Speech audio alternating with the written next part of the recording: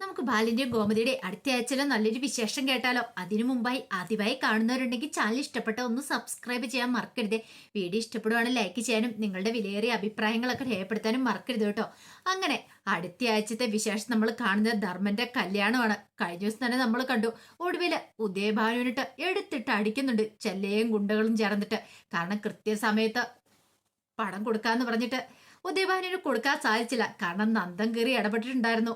ധർമ്മന്റെ കയ്യിൽ നിന്ന് അടിച്ചു മാറ്റിക്കൊണ്ട് പോയ പണമെല്ലാം നന്ദൻ വാങ്ങിയെടുത്തു. അങ്ങനെ വെറുതെ ഉദയഭാനുവിന് അങ്ങനെ പണം കൊടുക്കാൻ പറ്റുന്ന കാര്യമാണോ? നന്ദൻ നോക്കിയിരിക്കണ സമയത്താണ് ആ പണവുമായിട്ട് ലാലി പോയത്. ലാലിയുടെ കയ്യിൽ നിന്ന് തന്ത്രപരമായിട്ട് അതൊക്കെ നന്ദൻ അടിച്ചു വാങ്ങി. പിന്നീട് പണം കൃത്യസമയത്ത് കൊടുക്കാൻ പറ്റാതെ വന്നു കഴിഞ്ഞപ്പത്തിന് ഉദയഭാനിട്ട് നല്ല തല്ല് കിട്ടുന്നുണ്ട്. ഉദയഭാനിന്റെ കൈയൊക്കെ എന്നിട്ട് ഒഴിഞ്ഞു. ഉദയഭാനിന് എഴുന്നേറ്റ് നിൽക്കാൻ പറ്റാതായി. ആ സംഗീത അവിടെ നടക്കുന്ന സമയത്ത് ഇപ്പറ നല്ല രീതിയിൽ ഉദയഭാനിട്ട് ചത കിട്ടുമായിരുന്നു. ഒടുവില് ഒരു വിധത്തിലാണ് ഉദയഭാനുവിനെയും കൊണ്ട് ശ്രീകല വീട്ടിലേക്ക് പോയത്. ഇതെല്ലാം കണ്ട് ശ്രീദേവിക്ക് ഞെട്ടിത്തെരിച്ചിരിക്കാനേ പറ്റുള്ളൂ. എന്ത് ചെയ്യാൻ പറ്റും?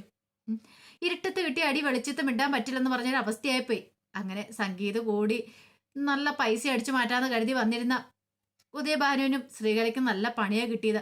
അങ്ങനെ ഒടുവിൽ ഹോസ്പിറ്റലിലൊക്കെ പോയി കയ്യ ബാൻഡേഡ് ഒക്കെ ഇടുവാണ്. അതുപോലൊരു അവസ്ഥയിലേക്കായി കാര്യങ്ങളൊക്കെ. അങ്ങനെ സംഗീതിന്റെ പരിപാടികളൊക്കെ അതിഗംഭീരമായിട്ട് തന്നെ നടന്നു. അതിനുശേഷം എല്ലാവരും കൂടെ വീട്ടിൽ തിരിച്ചു വന്നു. പിറ്റേ ദിവസമാണ് കല്യാണം കാര്യങ്ങളൊക്കെ. അതിനു വേണ്ട ഒരുക്കങ്ങളെല്ലാം നടന്നു.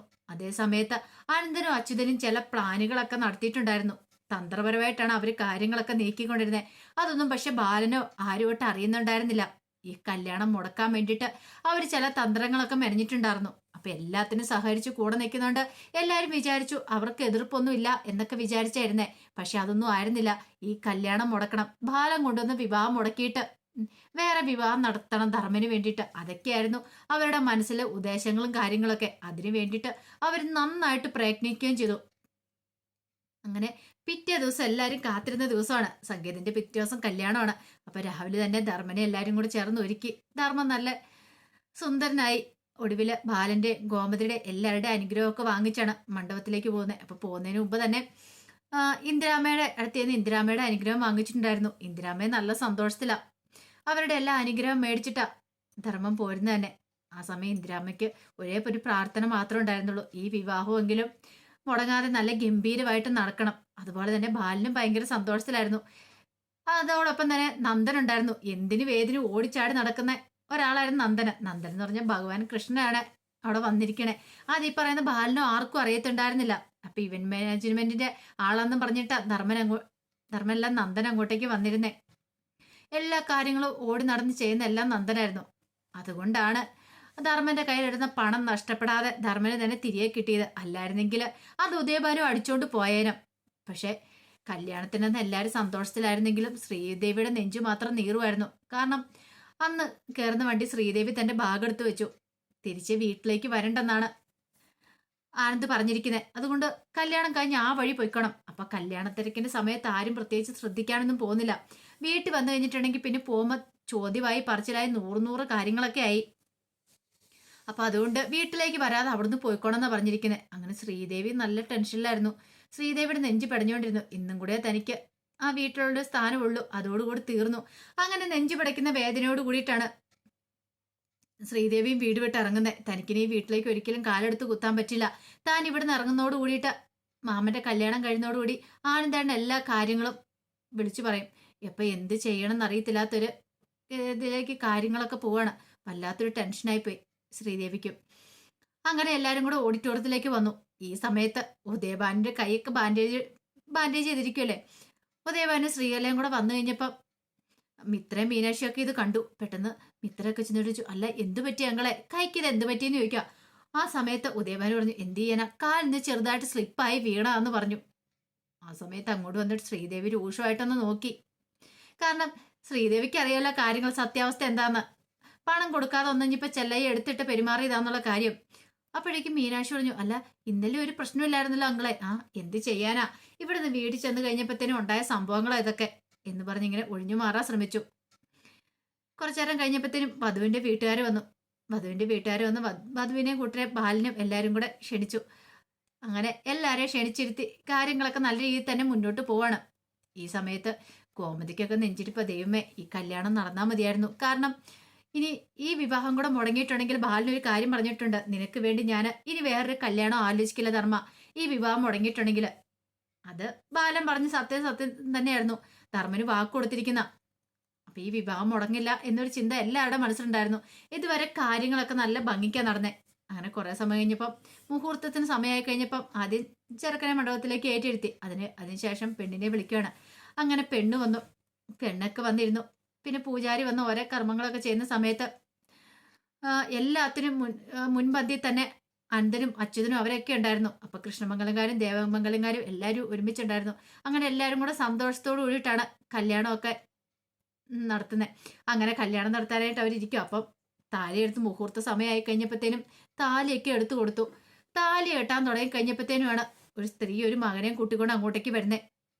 ഇങ്ങനെ വന്നിട്ട് പറഞ്ഞു, അതെ കെട്ടാൻ വരട്ടെ എന്ന് പറഞ്ഞുകൊണ്ട് അവരവിടെ നിൽക്കുകയാണ്. ഒരു നിമിഷം എല്ലാവരും ഞെട്ടിപ്പോയി.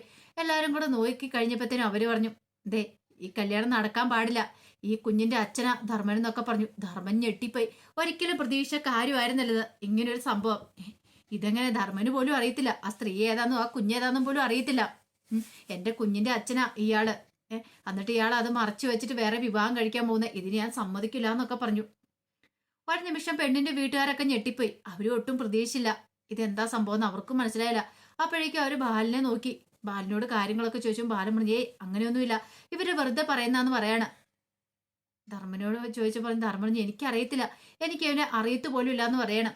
അനന്തനും അച്ഛനും ഒക്കെ നിഗൂഢമായൊരു ചിരിയൊക്കെ ചിരിച്ചു. അവരുടെ മനസ്സിൽ ഭയങ്കര സന്തോഷമായിരുന്നു. ഒടുവിൽ അങ്ങോട്ടും ഇങ്ങോട്ടും കശപിശാൻ കാര്യങ്ങളൊക്കെ ആയി. ധർമ്മന്റെ ആ വിവാഹം മുടങ്ങുവാണ്. പെണ്ണിനെ വിളിച്ചുകൊണ്ട് പെണ്ണിന്റെ വീട്ടുകാരൻ അങ്ങോട്ടേക്ക് പോയി. ഇത്തിരി കഴിഞ്ഞ് കഴിഞ്ഞപ്പോഴത്തേനും വന്ന ആ സ്ത്രീയും ആ ചിടങ്ങോച്ചും കൂടെ പോയി. അവരെ തിരിച്ചു മറിച്ചുകൊണ്ട് ബാലനൊക്കെ ചോദ്യം ചെയ്ത് കഴിഞ്ഞപ്പോൾ ഇത് തന്നെയായിരുന്നു പറഞ്ഞുകൊണ്ടിരുന്നത്. അവര് അങ്ങനെ തന്നെ പറഞ്ഞുകൊണ്ടിരുന്നു, എന്റെ കുഞ്ഞിന്റെ അച്ഛനെ ഇയാളെന്നൊക്കെ പറഞ്ഞുകൊണ്ടിരുന്നു. പക്ഷെ എല്ലാവരും അത് അംഗീകരിച്ച് ചിലപ്പോൾ ശരിയായിരിക്കും എന്നൊരു ചിന്ത അവരുടെ മനസ്സിലുണ്ട്. അല്ലെങ്കിൽ പിന്നെ ഇങ്ങനൊരു സ്ത്രീ ഇങ്ങനെ ഒന്നൊക്കെ വന്ന് പറയുമോ എന്നൊരു ചിന്തയായിരുന്നു അവരുടെ മനസ്സിൽ. അങ്ങനെ കല്യാണം മുടങ്ങാൻ കഴിഞ്ഞപ്പോഴത്തേനും ബാലിന് ഭയങ്കര സങ്കടമായിപ്പോയി. കാരണം ഇനി ബാലിന് കല്യാണം ആലോചിക്കില്ലെന്ന് പറഞ്ഞിരിക്കുക. ധർമ്മനും അതിനേക്കാൾ വലിയ സങ്കടം. അപ്പോഴേക്കും അനന്തനും അച്യുതനും ഒക്കെ പറഞ്ഞു, നീ പേടിക്കണ്ട ധർമ്മ, നിന്റെ കല്യാണം നിശ്ചയിച്ച മുഹൂർത്തത്തിൽ തന്നെ ഞങ്ങൾ നടത്തൂന്ന് പറയണം. എല്ലാവരും ഒരു നിമിഷം ഞെട്ടിപ്പോയി. കാരണം എങ്ങനെ നിശ്ചയിച്ച മുഹൂർത്തത്തിൽ തന്നെ നടത്താനാ, നീ പേടിക്കണ്ട, എത്രയും പെട്ടെന്ന് തന്നെ നിന്റെ കല്യാണം നടത്താനുള്ള തീരുമാനങ്ങൾ ഞങ്ങൾ നടത്താന്ന് പറയണം. പിന്നീട് അവരെന്ത് ചെയ്തു, അവര് പെട്ടെന്ന് തന്നെ അങ്ങോട്ടും ഇങ്ങോട്ടും വിളിച്ച് എല്ലാം സെറ്റ് ആക്കണം. അപ്പൊ ഇത് മുൻപേ തന്നെ അവർ സെറ്റ് ചെയ്ത് വെച്ചിരുന്ന കാര്യങ്ങളൊക്കെയാണ്. പക്ഷെ ഇതൊന്നും ഈ പറയുന്ന ബാലനോ അങ്ങനൊന്നും ആർക്കും അറിയത്തുണ്ടായിരുന്നില്ല. ഒടുവിൽ പറഞ്ഞു, അല്ല ബാലൻ കൊണ്ടുവന്ന ആലോചനയല്ലേ മുടങ്ങിപ്പോയത്, ഇനി ഞങ്ങൾ ആലോചന കൊണ്ടുവന്നാ ഞങ്ങൾ നടത്തിക്കോളാം ഇവന്റെ കല്യാണം, ഞങ്ങളുടെ ചേട്ടന്മാരിലെ ഇവന്റെ ഞങ്ങൾ നടത്തിക്കോളാം എന്നൊക്കെ പറയണം. അങ്ങനെ ബാലിനെയും മാറ്റിയെടുത്തിട്ട് പറഞ്ഞു, നീ അങ്ങോട്ടേക്ക് വന്നേക്കരുത്, ഞങ്ങൾ അവന്റെ വിവാഹം നടത്തിക്കോളാം എന്നൊക്കെ പറയാണ്. അങ്ങനെ അവര് തന്നെ പെട്ടെന്ന് തന്നെ പെണ്ണിനെ കൊണ്ടുവരുന്നുണ്ട്. അപ്പം മുമ്പ് വരെ ധർമ്മൻ ആഗ്രഹിച്ചിരുന്ന വേറൊരു പെൺകുട്ടിയെ അവൻ പോയി കണ്ട് ഇഷ്ടപ്പെട്ട് വേറെ ഒന്നിനെയായിരുന്നു. പക്ഷേ എങ്കിൽ പെട്ടെന്ന് തന്നെ ധർമ്മന്റെ ആ നിശ്ചയിച്ച മുഹൂർത്തത്തിൽ തന്നെ വേറൊരു പെൺകുട്ടീനെ അനന്തനും അച്യുതനെയൊക്കെ കൊണ്ടുവരുവാണ്. അവരുടെ അച്ഛനും അമ്മയൊക്കെ വന്ന് അങ്ങനെ വിവാഹം നിശ്ചയം എല്ലാം അപ്പം തന്നെ നടക്കുവാണ്. അങ്ങനെ ധർമ്മം വേറൊരു പെണ്ണിന്റെ കഴുത്തിൽ താലി ചാർത്തേണ്ട ഗതികേട് വരുവാണ്. അപ്പൊ അതിന്റെ വിശേഷങ്ങളൊക്കെ നമ്മൾ കാണാൻ പോകുന്നത്. ശരിക്കും ബാലിന് ഒന്നുമല്ല ഇതായി തീർന്ന പോലെ ആയിപ്പോയി. ഇതെല്ലാം അനന്തന്റെ അച്യുതന്റെ നാടകമാണെന്നുള്ള കാര്യം ബാലിന് മനസ്സിലായി. പക്ഷെ ബാലിനൊന്നും മിണ്ടാൻ പറ്റില്ല. ധർമ്മന്റെ കല്യാണമല്ലേ, ധർമ്മന് ഇനിയും കൂടെ വിവാഹം മുടങ്ങിയിട്ടുണ്ടെങ്കിൽ പാവം എന്ത് ചെയ്യുന്നൊരു ചിന്തയായിരുന്നു. ബാലൻ മാറയെന്ന് കരയുവാണ്. ബാലിന് കരയാനല്ലാതെ ഒന്നും പറ്റില്ല. ഈ സമയത്ത് എല്ലാത്തിനും കൂടെ കൂടി ഗോമതിയൊക്കെ നിൽക്കുന്നുണ്ടെങ്കിലും ഗോമതിയുടെ ഒക്കെ നെഞ്ചു പടയുന്നുണ്ടായിരുന്നു. കാരണം ധർമ്മന്റെ കല്യാണം എന്ന് പറഞ്ഞാലും ഒത്തിരിയേറെ പ്രതീക്ഷയോടുകൂടിയാണ് ബാലന് ആ ആലോചനയും കൊണ്ട് വന്നേ. പക്ഷെ അത് ഇങ്ങനെ ആയിപ്പോയല്ലോ. ഒടുവിൽ ബാലേണ്ണ ഒന്നും ആയി തീർന്നില്ലോ എന്നൊക്കെ ഒരു ചിന്ത വരുന്നുണ്ട്. അപ്പൊ അതിന്റെ വിശേഷങ്ങളൊക്കെ കാണുന്നേ. ഇനി എന്തായി തീരുമെന്ന് അറിയത്തില്ല. ഭഗവാൻ കൃഷ്ണൻ അവിടെ ഉണ്ട്. അനന്തന്റെ അച്യുതനെയൊക്കെ കള്ളത്തരങ്ങൾ പുറത്ത് കൊണ്ടുവരുമോ, ഇനി എന്തൊക്കെ സംഭവിക്കുമെന്ന് നമുക്ക് കണ്ടറിയാം. അപ്പൊ അതിന്റെ വിശേഷങ്ങൾക്കായി നമുക്ക് എല്ലാവർക്കും കാത്തിരിക്കാം കേട്ടോ. ഒരിക്കൽ കൂടി എല്ലാവർക്കും ശുഭരാത്രി നടന്നോട് നിർത്തുന്നു.